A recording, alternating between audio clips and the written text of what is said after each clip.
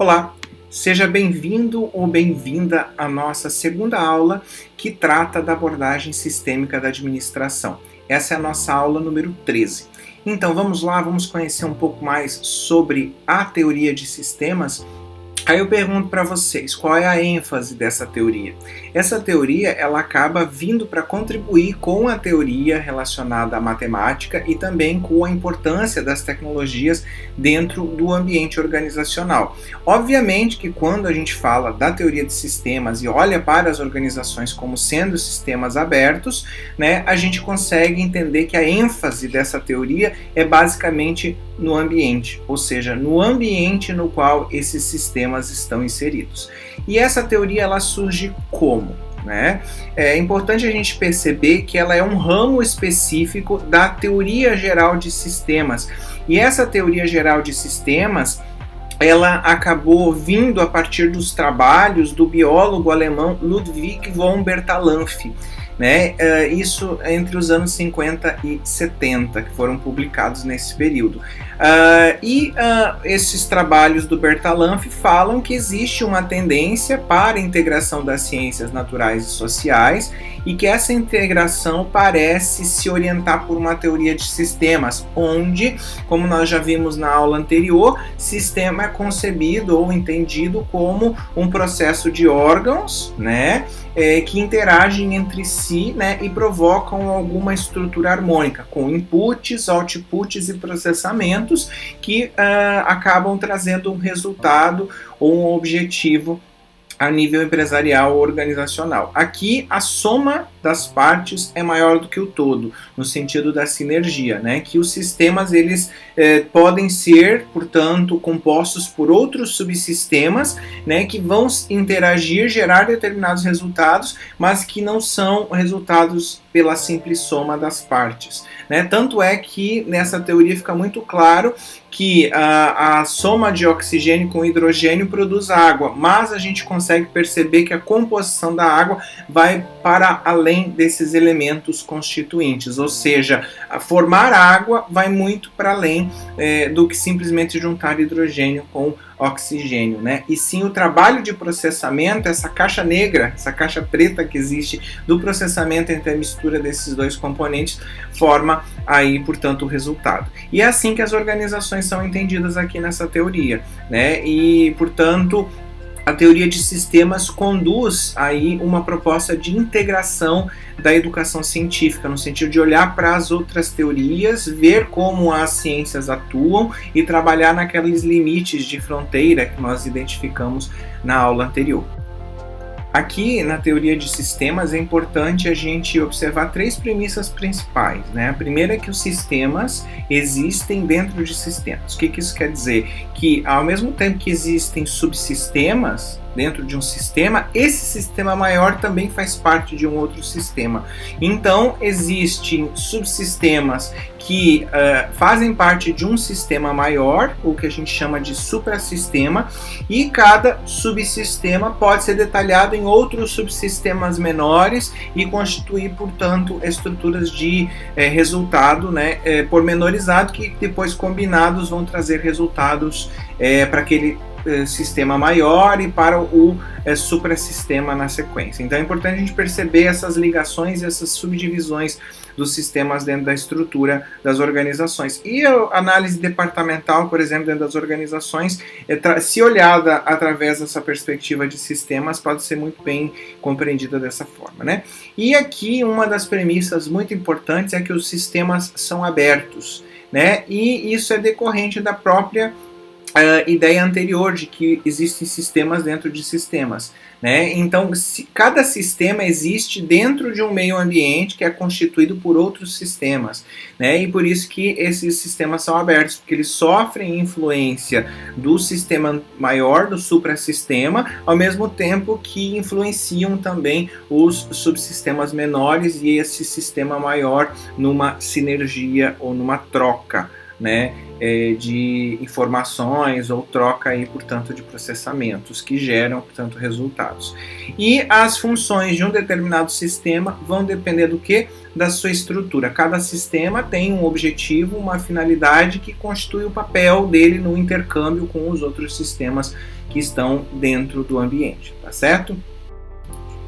Bem, dando continuidade, é importante que você perceba também que o conceito de sistema está muito relacionado com aquilo que nós já vimos na aula anterior, né? Que denota, portanto, um conjunto de elementos que são interdependentes e que interagem, né, com um grupo de unidades combinadas, formando um todo organizado, que tende a um equilíbrio, né? Então, o sistema é um conjunto ou combinações de coisas ou partes que estão formando um todo unitário.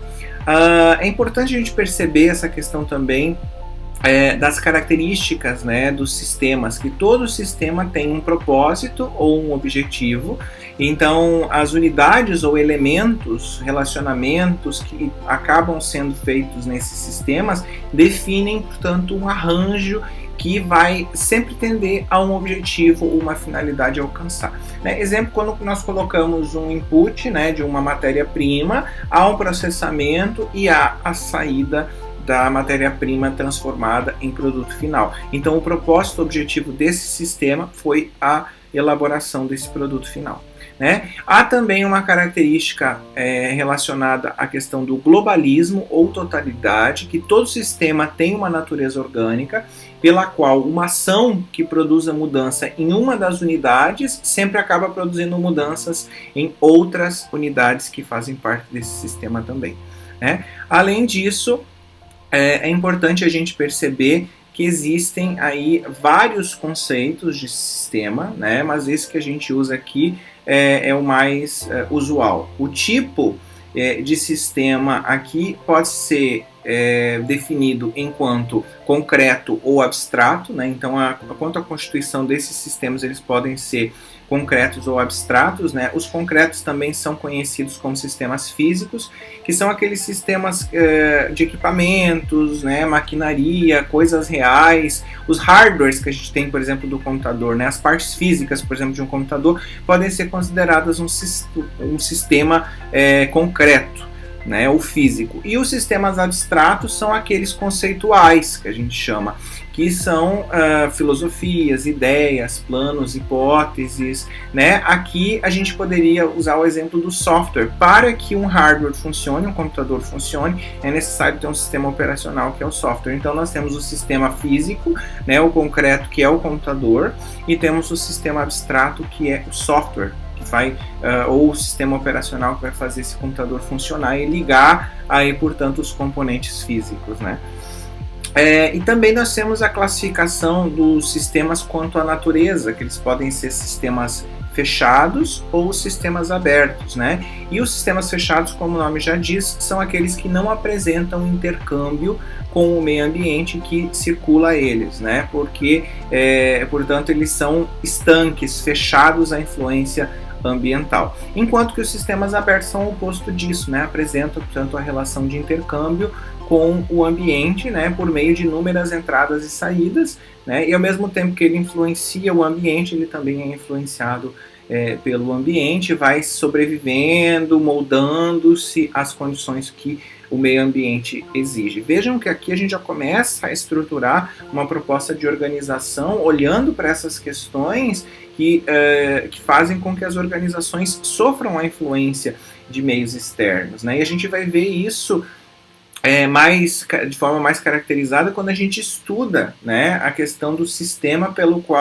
do ambiente, né, pelo qual a organização está inserida na teoria da contingência, que vai ser a nossa próxima aula, né, que ela fala do sistema aí global, né, e do sistema mais pontual, mais específico da empresa.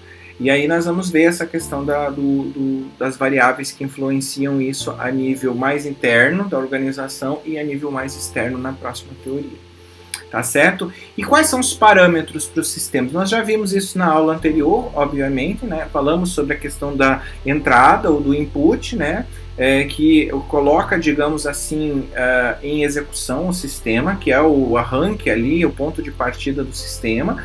Temos a saída, né, o produto ou resultado, que é a consequência, né, da qual justifica-se a reunião de todos aqueles elementos, né, e aquele processamento, aquela relação que existiu dentro do processo, né. E aí temos o processamento, né, processador ou transformador, que vai fazer o quê? Vai converter a entrada em saída, fazendo os ajustes que forem necessários para que a saída saia dentro do padrão que foi estabelecido. E temos o processo de retroalimentação, que é o feedback que nós falamos, né, daquele retorno que a gente compara a saída com um critério ou padrão previamente estabelecido para fazer os ajustes necessários para que a próxima saída seja o mais adequada ao padrão possível, né? E aqui também temos a questão do ambiente, né? Que o meio que envolve externamente o sistema. Então, o sistema, considerando ele aberto, né, ele vai receber as suas entradas do ambiente, processa essas entradas e efetua as saídas também ao ambiente, de forma, portanto, que existe entre ambos, o sistema e o ambiente, uma interação constante. Tá? Importante a gente perceber aí essas características iniciais, tá certo? Aqui é importante a gente perceber a organização como um sistema aberto e que esse conceito ele vem a partir dos sistemas vivos, dos organismos que nós já falamos aí na aula anterior, né? Enquanto os sistemas vivos nascem, herdam os seus traços estruturais, né, morrem e seu tempo de vida é limitado, os sistemas organizados, né, as organizações, elas são organizadas e adquirem uma estrutura em estágios de evolução ao longo do tempo e podem ser reorganizados e têm uma vida ilimitada, né, a partir do momento em que esses organismos sabem se adaptar às mudanças, né, e podem ser reconstruídos também, né, depois de acabarem sendo desfeitos. E enquanto que os sistemas vivos têm um ciclo de vida que já está, de certa forma, predeterminado, né? Querendo ou não, a gente tem uma certa expectativa de vida, e as organizações não tem um ciclo de vida definido. Enquanto que os sistemas vivos também são concretos, né? Ou seja, o sistema é descrito em termos físicos e químicos, os sistemas organizados eles são abstratos, né? Ele é descrito em termos psicológicos e sociológicos, que tem a ver com a questão dos comportamentos, das motivações das pessoas para constituírem esses sistemas organizados, né? Enquanto que os sistemas vivos são completos, né? Os sistemas organizados são incompletos, porque eles dependem da cooperação com outras organizações, né? Então as suas partes elas são intercambiáveis. Enquanto que no sistema vivo a doença é definida também como um distúrbio no processo de vida, né? O problema no sistema organizado, nas organizações, é definido como um desvio das normas sociais ou um desvio do padrão estabelecido, né? E a possibilidade de correção, né, desse padrão, não, dependendo do nível a que ele está, também é possível que consiga se reverter a situação. Então é importante a gente perceber as similaridades que existem entre os sistemas vivos e entre os sistemas organizados, mas também as suas características que os distinguem, né? Principalmente essas aqui que nós tratamos.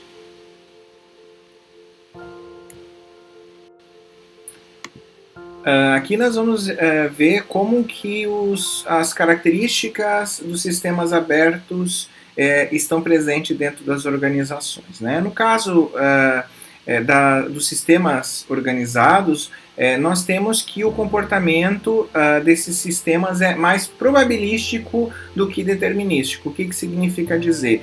As organizações elas são sistemas abertos que são afetados por mudanças nos seus ambientes, como nós já falamos, e nas variáveis externas.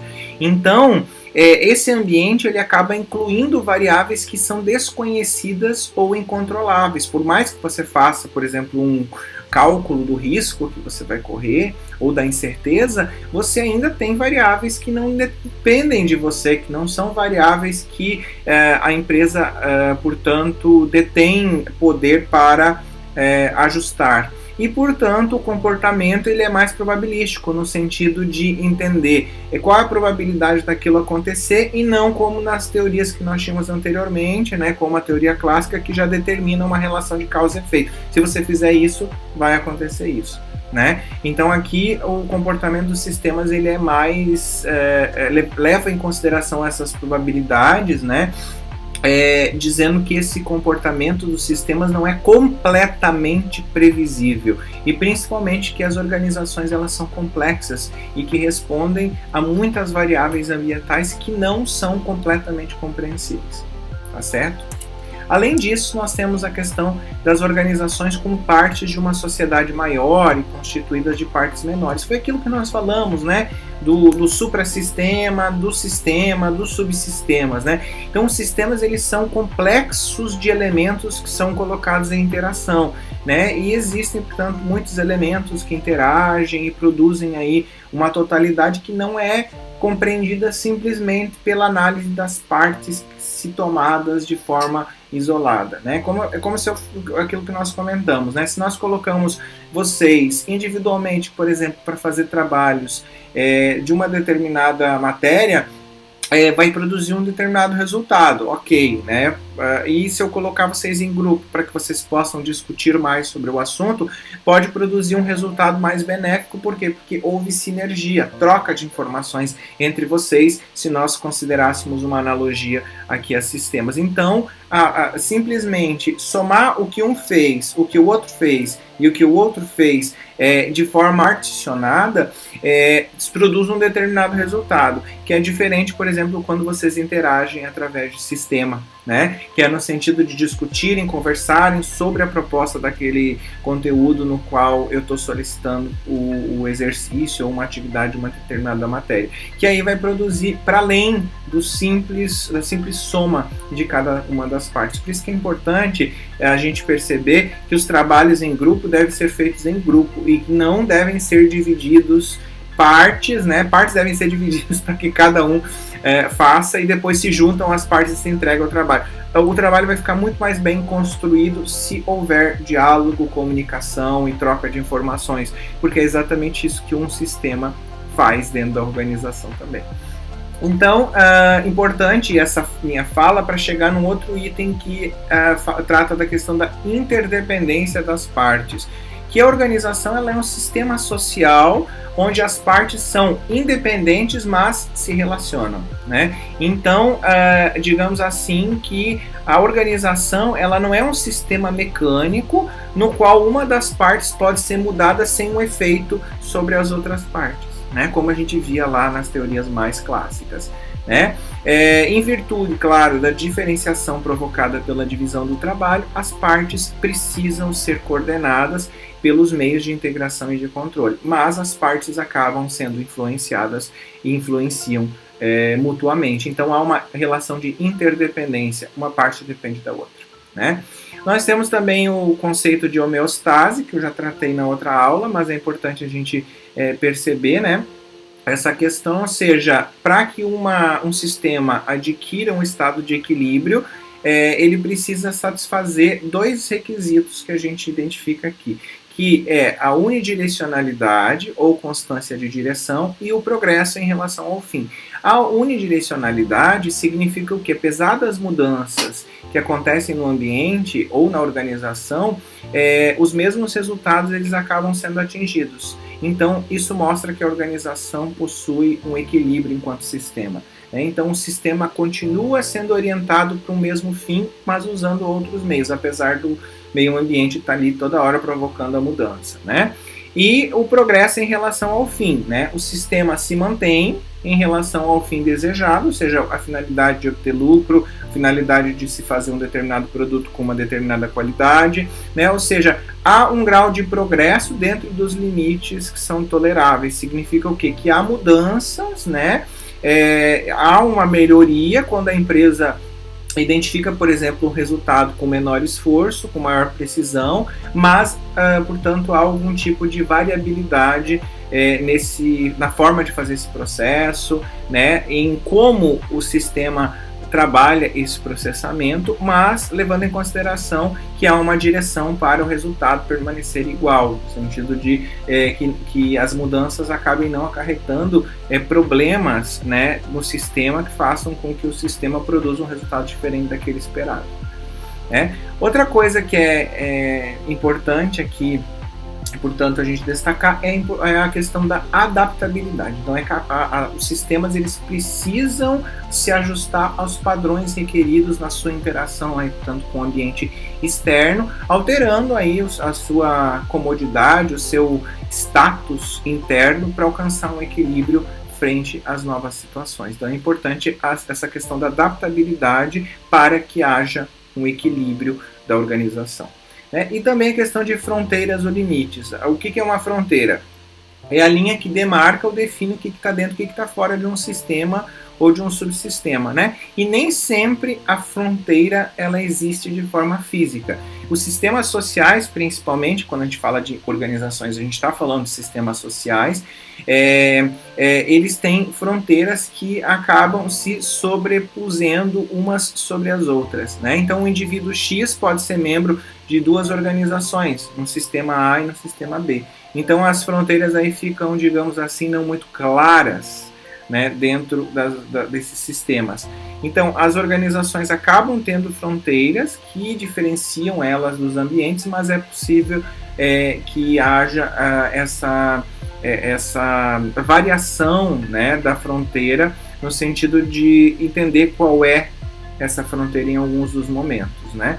Então, as transações que acontecem entre a organização e o ambiente são feitas por elementos que são situados aí nas fronteiras organizacionais, né? E aí a fronteira acaba definindo qual é o grau de abertura do sistema em relação ao ambiente, né? Se é possível perceber que a fronteira ela é mais delineada, então a estrutura da empresa vai ser um pouco mais fechada, enquanto que se há mais abertura dentro da empresa, a gente consegue perceber que a fronteira já é mais livre, digamos assim, né? Temos também um conceito dentro da teoria de sistemas que é o de morfogênese, né, que, diferentemente dos sistemas mecânicos e dos sistemas biológicos, as organizações elas conseguem modificar a si próprias e a sua estrutura básica. E isso se chama propriedade morfogênica das organizações, que é considerada aqui por Buckley, tá? E, portanto, por ter essa característica de conseguir se modificar a si própria e sua estrutura, as organizações aí diferem-se, portanto, dos sistemas biológicos, né, e dos sistemas mecânicos que não conseguem se modificar por si só, né? E a questão da palavra resiliência, que você já deve ter usado ou visto essa palavra em outro momento, que aqui para nós, a nível da administração, é a capacidade de superar um distúrbio que foi imposto por algum fenômeno externo dentro da organização. Então, os sistemas, eles precisam desenvolver essa capacidade de resiliência, né, de superar aquele distúrbio, aquela incomodação que alguma variável externa provocou dentro dele. Para quê? Para que ele possa alcançar novamente a homeostase, que é o estado firme, aquele estado de equilíbrio do sistema. Para sintetizar tudo o que nós comentamos aqui, o Shen acaba mostrando aqui para a gente que as organizações são sistemas abertos, que elas possuem objetivos, tanto objetivos a nível dos empregados, objetivos individuais, quanto objetivos organizacionais, e que esses objetivos individuais conduzem a organização a atingir os objetivos organizacionais. A organização é um conjunto de subsistemas, ou seja, que interagem entre si, órgãos, departamentos, seções, né, interagem entre si para atingir uma saída, ou seja, para atingir um objetivo em comum.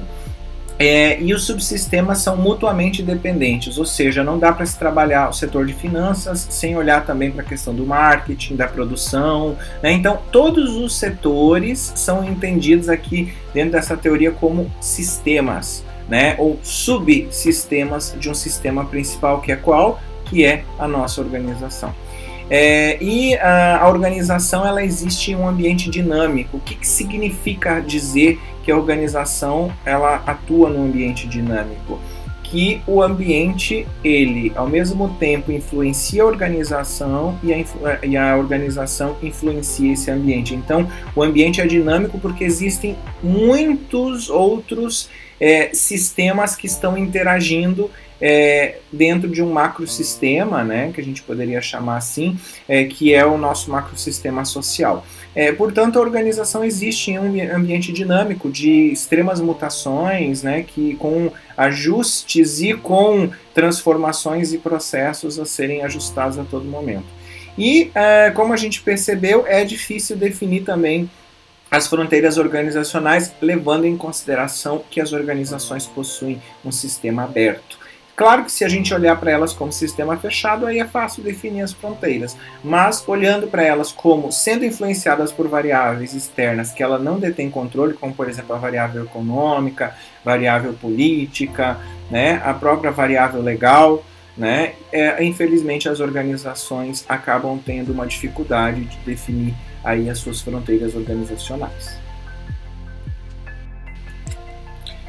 Dando continuidade, a gente tem um modelo do Katz e do Kahn, que eles tentam criar uma organização, um modelo, digamos assim, de organização por meio da aplicação da teoria de sistemas.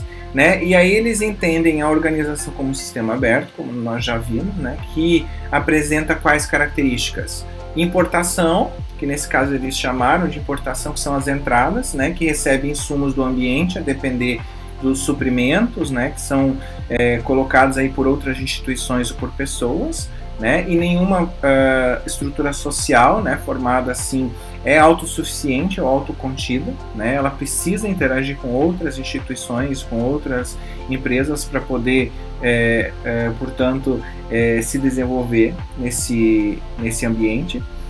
Né? Temos a questão da transformação e processamento, onde os sistemas abertos transformam a energia, os materiais ali, né, os insumos que são recebidos, né, e a organização processa, portanto, e transforma os insumos, seja em produtos acabados, em mão de obra treinada, em serviços, e essas atividades acarretam alguma reorganização, portanto, daqueles itens de entrada que estavam postos ali. Né, para que se haja ou se atinja um resultado mais satisfatório. Aí nós temos as saídas, né, onde os sistemas abertos exportam os produtos, serviços ou resultados para onde? Para o ambiente no qual eles fazem parte. E os dois autores tratam muito dessa questão dos sistemas enquanto ciclos de eventos que se repetem, onde eles dizem que o funcionamento do sistema aberto consiste em ciclos recorrentes de importação, transformação e exportação, porque é isso que a gente faz, a gente compra matéria-prima, processa, coloca em formato de produto no mercado, volta, compra matéria-prima de novo, processa, coloca no mercado, e esse é o processo organizacional, né? E as organizações, portanto, reciclam constantemente as suas operações ao longo do tempo, tá?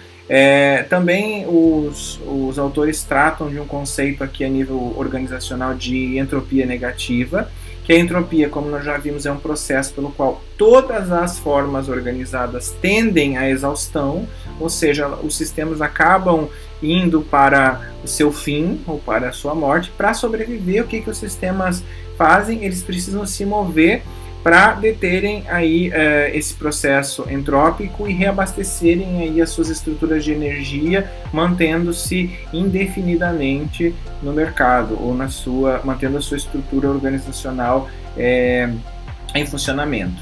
Então, a entropia negativa é o contrário de deixar a organização à beira da morte. É um processo, portanto, reativo, né, onde a empresa reage para tentar portanto, fazer frente a esse movimento aí de perda de energia ou perda de competitividade no mercado. E é exatamente o que as organizações fazem, né? Elas tentam, portanto, sempre a todo momento manter-se com vantagem competitiva, fazendo frente à entropia, né? A esse movimento do sistema de, portanto, reduzir a sua carga de energia ou capacidade de fazer fatia de mercado, tentando transformar, portanto, isso em algum tipo de vantagem competitiva e se posicionando melhor no mercado. Isso pode ser através da colocação de novos produtos, de uma revisão desses sistemas, seja de processos, seja de produtos, né?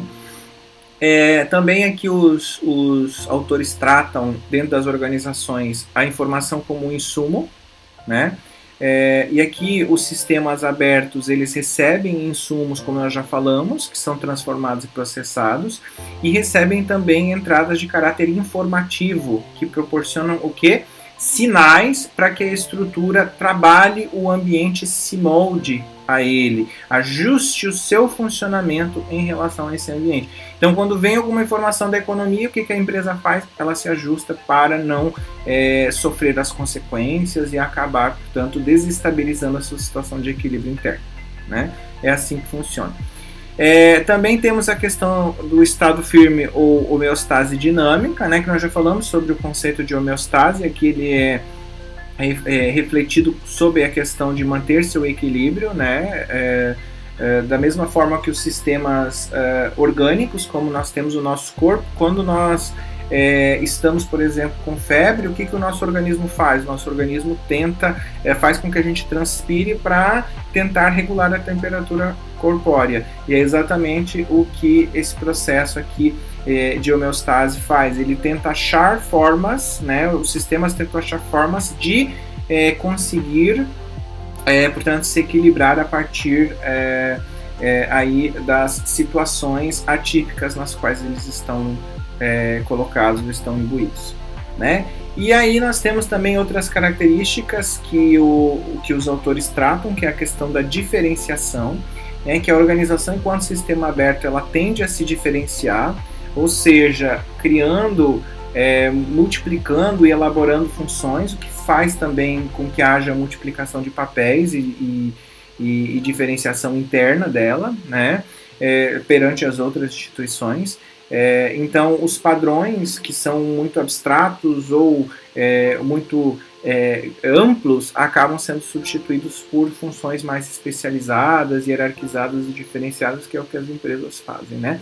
Portanto, elas olham para os padrões, para aquilo que as organizações alheias a ela fazem e tentam adaptar, portanto, isso para a organização considerando as suas especificidades, né? Portanto, a diferenciação é uma tendência para a elaboração das estruturas organizativas. Tá? E tem também a questão da equifinalidade, que os sistemas são caracterizados por esse princípio, onde ele pode, por uma variedade de caminhos, o sistema ter o mesmo resultado final, né? Partindo aí de diferentes condições iniciais.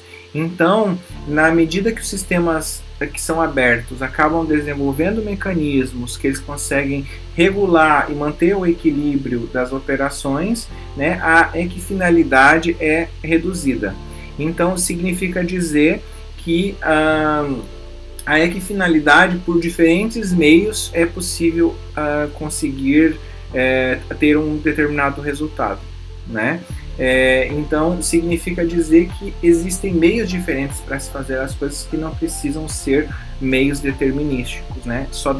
Lembram da one best way, uma só maneira de se fazer? Aqui a gente entende que existem diversas formas, e diversas formas também de alimentar os sistemas para produzir muitas vezes resultados que sejam semelhantes ou iguais, né? E aí eles voltam a reafirmar a questão das fronteiras e dos limites, né? E como um sistema aberto, a organização apresenta limites ou fronteiras, algumas barreiras entre o sistema e o ambiente, né? Quando a fronteira ela é mais visível, né? Portanto, há uma maior resistência, um sistema um pouco mais fechado. E quando as fronteiras acabam sendo mais abertas, há, portanto, uma receptividade de insumos em relação ao ambiente, que significa dizer o quê? Que ele vai receber mais informações, né, sobre o ambiente e poder se moldar a ele. As organizações, elas acabam constituindo uma classe muito específica de sistemas sociais, né, abertos. E como elas possuem particularidades ou peculiaridades, elas foram classificadas aqui pelos autores como sistemas, né, com características de primeira ordem.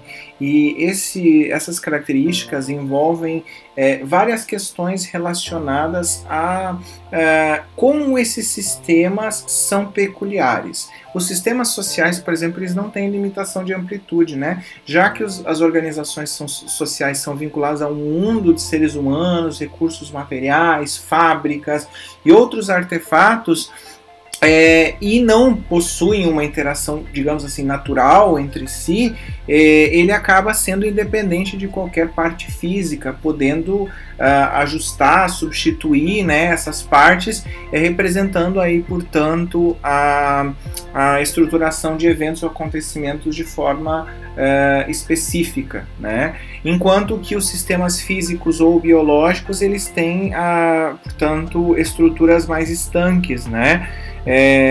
Como, por exemplo, eu não posso, de certa forma, né, substituir um determinado órgão interno meu, se não por uma cirurgia, né, por um processo mais demorado e que muitas vezes pode resultar em rejeição. Já as organizações conseguem substituir, por exemplo, recursos, máquinas, fábricas que são fornecedoras, coisas assim de forma muito mais rápida e simples. E essa é uma característica desses sistemas sociais.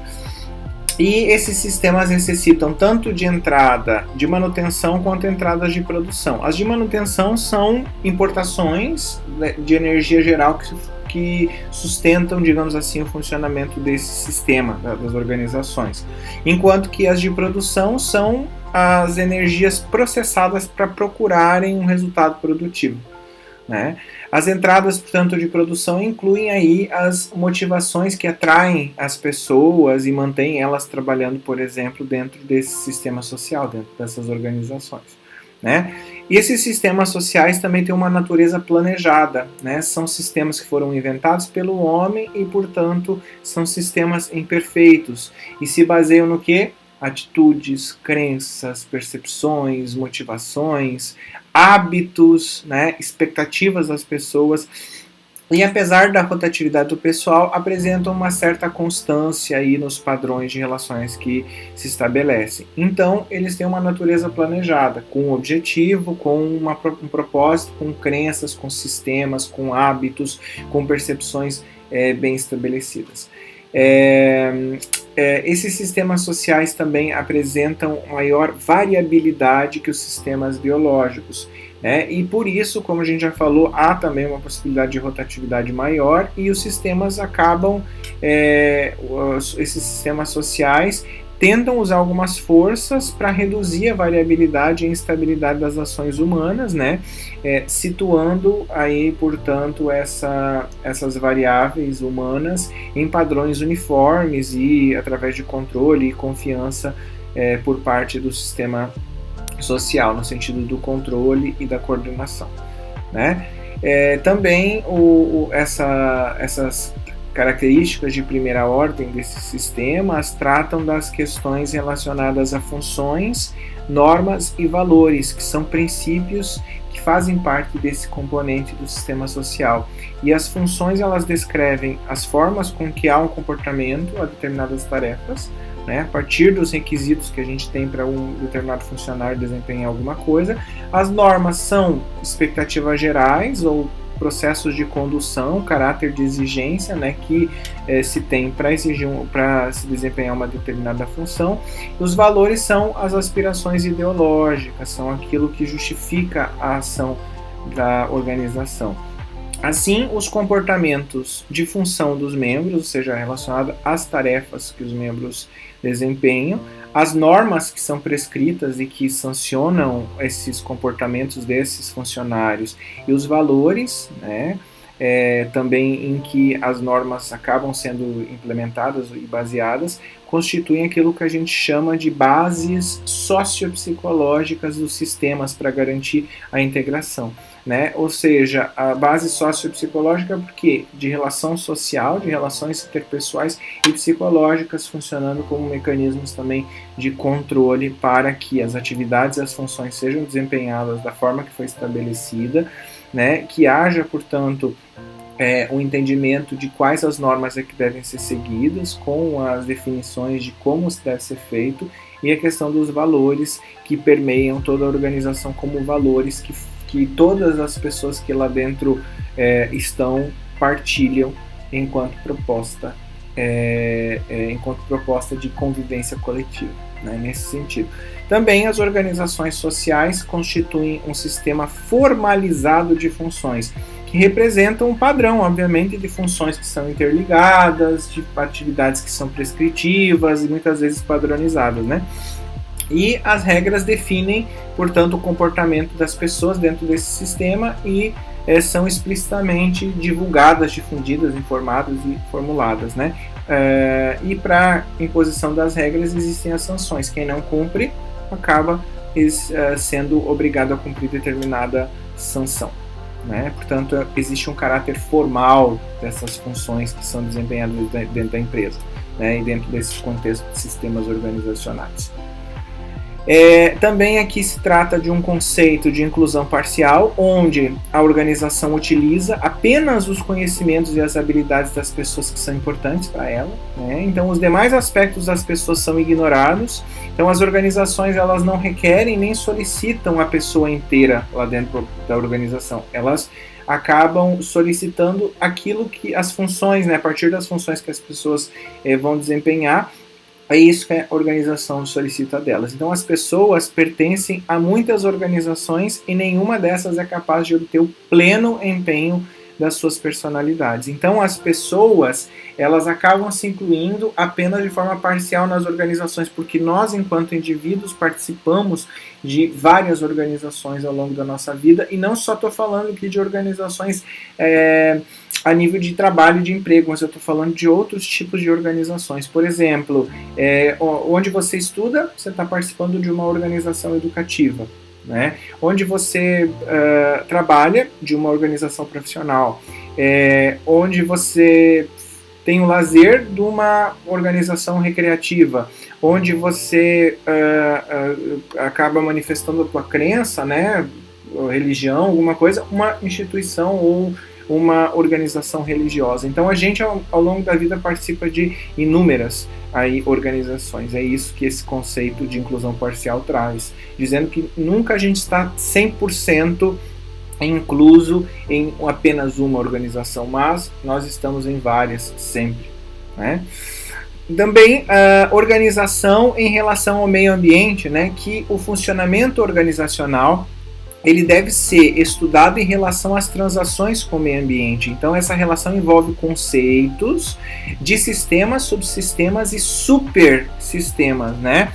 E esses sistemas sociais, como sistemas abertos, dependem de outros sistemas sociais, né? E aí a caracterização enquanto subsistema, sistema ou supersistema depende do grau de autonomia que esse sistema tem para a execução das suas funções, né? Se ele for um supersistema, ele tem uma total autonomia. Se ele for um sistema, ele tem alguma ligação com esse ambiente, com outro sistema. E se forem subsistemas, portanto, são dependentes desse sistema intermediário, que, por consequência, é dependente desse supersistema maior.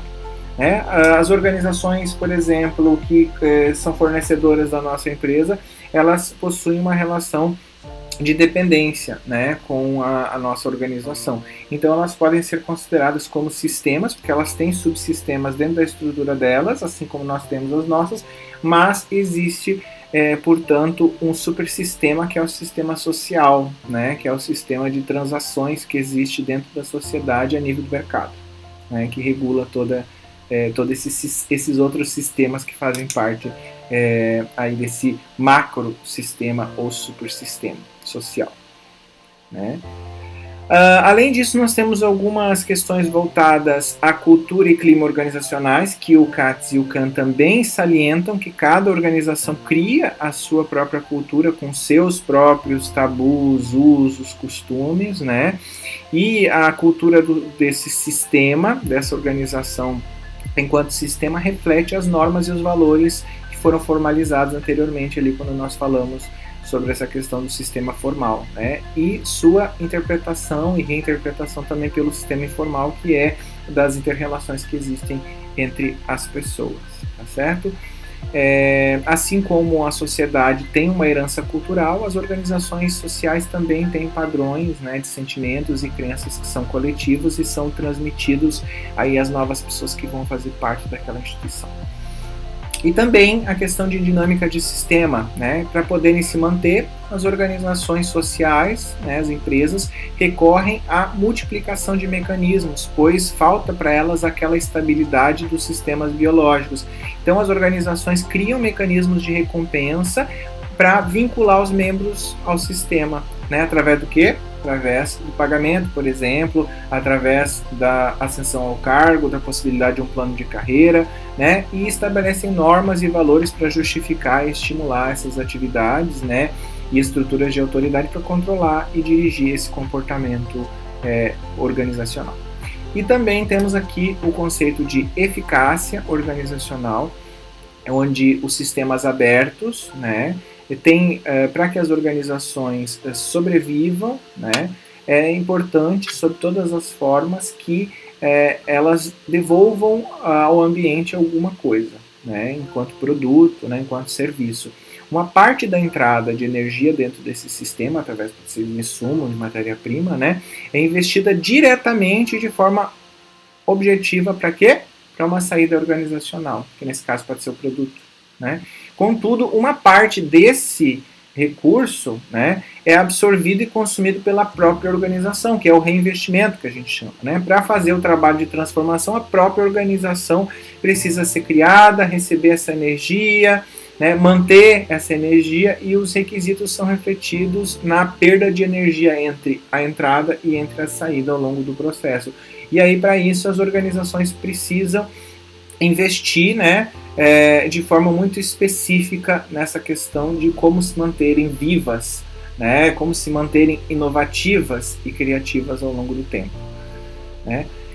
E aqui a organização, a partir de tudo que nós falamos, ela é entendida como uma organização enquanto sistema de papéis. Que papel é um conjunto de atividades, né, que foram solicitadas a um determinado indivíduo que faz parte da organização e que ocupa uma determinada posição dentro dessa organização.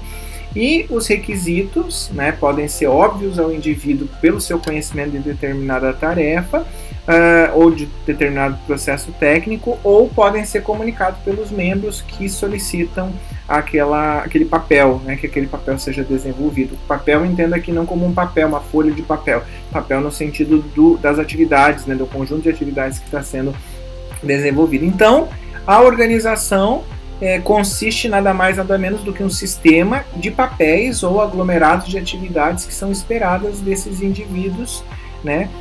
E a organização, portanto, é estruturada a partir do quê? A partir de funções e papéis que são desempenhados dentro dela, né? Então, um sistema de papéis, de um conjunto de atividades para que haja uma entrada, um processamento e uma saída de algo, seja informação, seja matéria, seja produto, né?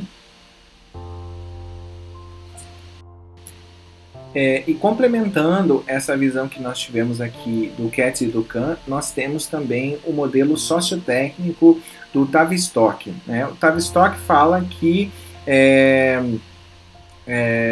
esse modelo, né, de organização enquanto sistema, ele é estruturado sobre alguns subsistemas. Nós temos o subsistema gerencial, o subsistema técnico e o subsistema social. O técnico tem a ver com as tarefas que são desempenhadas, as instalações físicas, os equipamentos, os instrumentos que são utilizados, as exigências relacionadas aos papéis, às tarefas, né, as técnicas operacionais, aquela parte mais física, né, a maneira como as coisas são arranjadas, as operações. Então, o subsistema técnico envolve o quê? A tecnologia, o território e o tempo, e é responsável pela eficiência potencial da organização, enquanto que o subsistema social compreende as pessoas, suas características físicas e psicológicas, as relações sociais entre os indivíduos encarregados da execução da tarefa, bem como as exigências aí relacionadas às organizações, tanto formal e informal,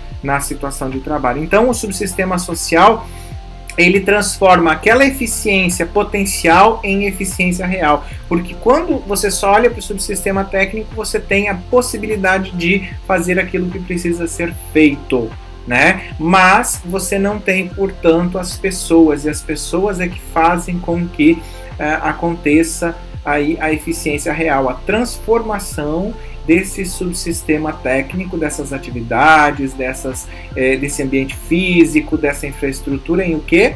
Em eficiência organizacional e, portanto, uma eficiência real. Então aqui, basicamente, a gente revê aquela ideia que nós tínhamos lá atrás, quando nós estudamos a Escola de Relações Humanas, sobre a questão do entendimento das infraestruturas, da máquina e tudo mais, e esse olhar mais voltado ao social, às pessoas, às relações entre elas, né? E é dividido em dois, né? O subsistema técnico e o subsistema social. O técnico voltado para aquela parte realmente mais técnica, mais voltada para a tecnologia, para a infraestrutura, para o território, para o tempo, e o social mais voltado para as relações interpessoais entre aqueles indivíduos que também fazem parte da organização, já que a organização não é composta só por recursos não humanos, mas também por recursos humanos, né? E essa abordagem ela acaba também mostrando a inter-relação com o sistema gerencial, que é o processo de tomada de decisão, né? E para que haja essa transformação da eficiência potencial em eficiência real, é necessário que haja o gerenciamento, né? A gestão desses recursos, sejam eles do subsistema social quanto do subsistema técnico, certo? Como nem tudo são pérolas, né, gente? Então temos também aqui a apreciação crítica desse processo. Obviamente que há um confronto entre teorias de sistema aberto e sistema fechado. Afinal de contas, as organizações estavam tão acostumadas a trabalharem nas suas caixinhas fechadas, ali com a teoria clássica, administração científica, né, a teoria da burocracia, e aí vem essa teoria de sistemas ali junto com teorias de desenvolvimento organizacional, tecnologia, matemática, tudo acontecendo meio próximo, dizendo que as organizações são sistemas abertos, que influenciam e são influenciadas pelo meio ambiente. Então é uma quebra de paradigma aí bastante grande, digamos assim, né? Além disso, as próprias características, né, inovativas que trazia, portanto, a teoria de sistemas, né? Essa abordagem de análise sistêmica acaba trazendo um ponto de vista sistêmico, né, que visualiza a organização não só como um processo de eficiência produtiva, como as teorias mais clássicas, mas como processo de entrada, processo, saída, retroação e ambiente, né? Ou seja, tanto o ambiente sofrendo influência da organização e influenciando a organização, né? Além disso, a questão da abordagem dinâmica, né? A gente estava tão acostumado a uma abordagem mais estática, né? E aqui a abordagem ela cria um dinamismo, uma interação que ocorre dentro da estrutura da organização e também a questão do dinamismo que ocorre fora da própria organização. E essa abordagem acaba contrastando com aquela ideia que nós tínhamos anteriormente, dessa abordagem mais estática, né, de estrutura, de conservantismo que a gente tinha dentro das organizações mais clássicas lá. Né? Também o entendimento das empresas ou das organizações enquanto organizações multidimensionais e multiniveladas, né? Considera, portanto, a organização no ponto de vista micro e macro, dentro e fora da organização, né? Ou seja, olhando para o interno, mas também olhando para as variáveis que influenciam ela externamente. Motivacional, que seria no que a teoria de sistemas reconhece que dentro das organizações os participantes que fazem, as pessoas que fazem parte dela, né, que são os participantes, esperam satisfazer vários desejos e objetivos individuais, né, e esses objetivos não são obrigatoriamente um objetivo único da empresa, que é ter lucro. Então existem objetivos individuais que satisfazem objetivos organizacionais, né? Então existem múltiplas motivações, por isso que é multimotivacional, dentro da organização, que faz com que as pessoas permaneçam a trabalhar dentro delas e deem o seu potencial para a organização, que não necessariamente a contrapartida financeira, como nós já vimos, né? A questão de ser também uma teoria mais probabilística, enquanto que as nossas teorias mais clássicas são determinísticas, né? Então a teoria ela tende a usar expressões assim, em geral, né? Pode ser dessa forma se a gente considerar isso, diferente do modelo que a gente vê lá da teoria clássica, que é o one best way, né? Fez isso, acontece aquilo, ou seja, uma melhor maneira de se fazer. né? Ou seja, é uma relação direta entre causa e efeito. Aqui já não, aqui se tem uma relação mais dinâmica, né? Mais probabilística acerca disso. Também multidisciplinar, né? Essa teoria ela aborda várias áreas e trabalha com ali as lacunas que são deixadas dentro de sociologia, psicologia, economia, ecologia, até a questão da própria biologia, né? Que nós vimos aqui da questão dos organismos humanos, que a gente falou bastante. Então, a teoria sistêmica ela tenta integrar partes relevantes aí de todos os campos, de todos, eu acho que um exagero também, né, mas de vários campos, digamos assim, das ciências, para desenvolver aí uma teoria das organizações dentro da administração. Também possui uma característica descritiva, né? A teoria moderna, por si só, de sistemas, ela é descritiva, porque ela descreve as características das organizações, né, e da administração, enquanto as teorias mais antigas eram mais normativas e prescritivas, né, preocupadas em dizer é assim que deve fazer, né, é assim que é feito, né, não estudando como que as organizações fazem. Né.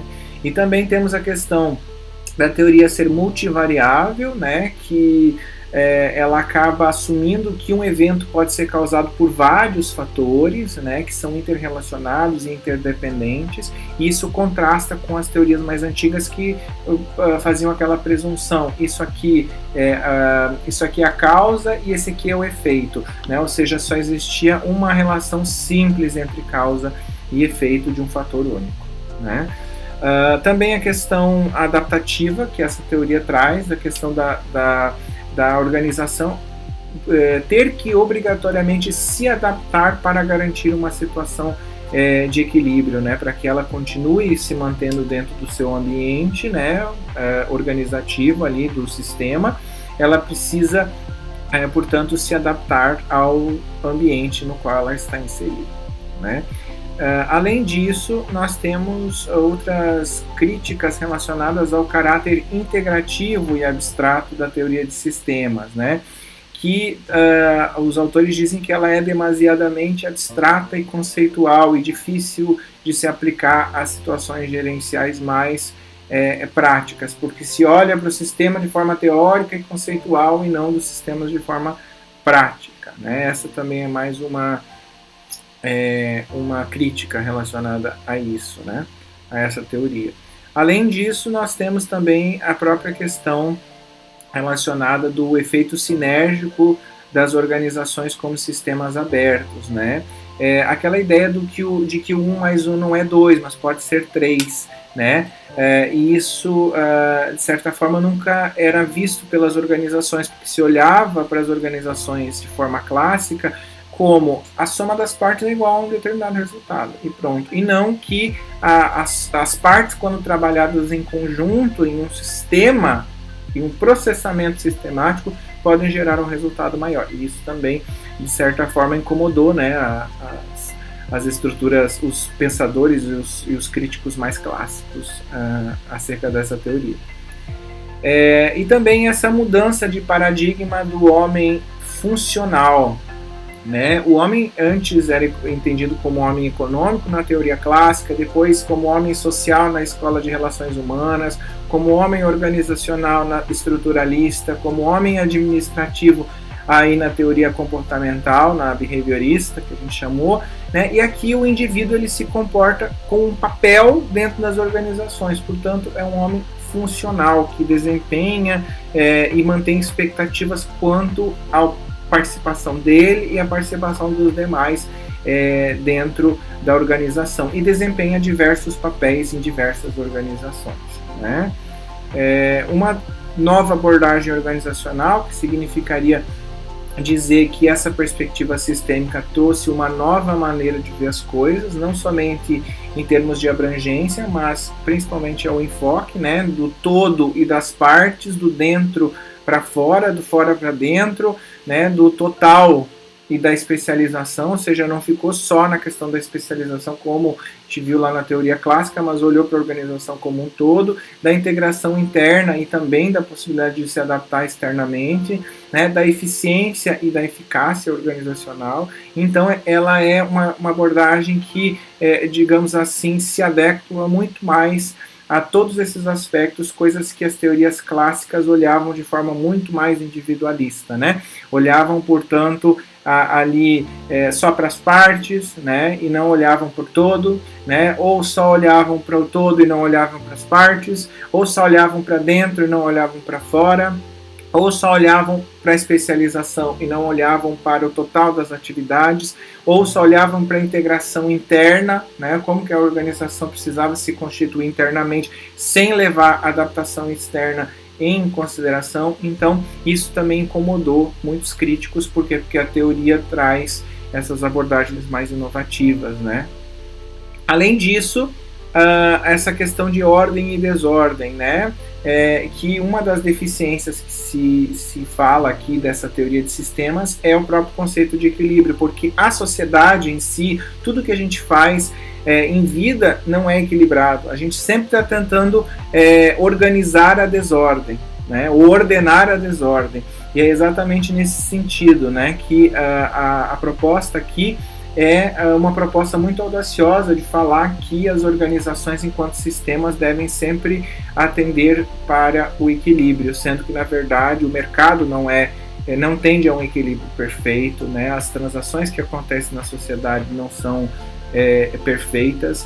Então, toda organização a nível moderno é uma organização que tem ordem e desordem, né? Ordem na medida em que ela congrega, portanto, regula, ajusta e é capaz de se regulamentar para garantir uma preservação da estabilidade, e desordem porque também é produtora de eventos e perturbações, desvios e ruídos que conduzem à instabilidade e à mudança, seja interna quanto externa para outro sistema ou para o macrosistema ou para o ambiente no qual ela está inserida.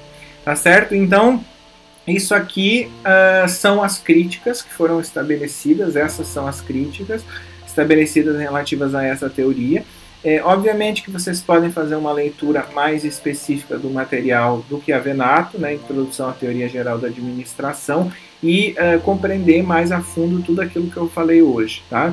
Então, assim, espero que vocês tenham gostado, né? É uma aula bastante pesada, porque a gente está falando de uma temática muito voltada para questões orgânicas e sistemas mecânicos, né? Essa questão de como que funciona um sistema e tudo mais, e a gente acaba indo para a área da tecnologia, passando pela área da estrutura, passando pela biologia, passando pela sociologia, e portanto a gente acaba aí tendo uma abordagem bastante robusta. Então espero que vocês tenham gostado da aula de hoje e a gente se vê na próxima.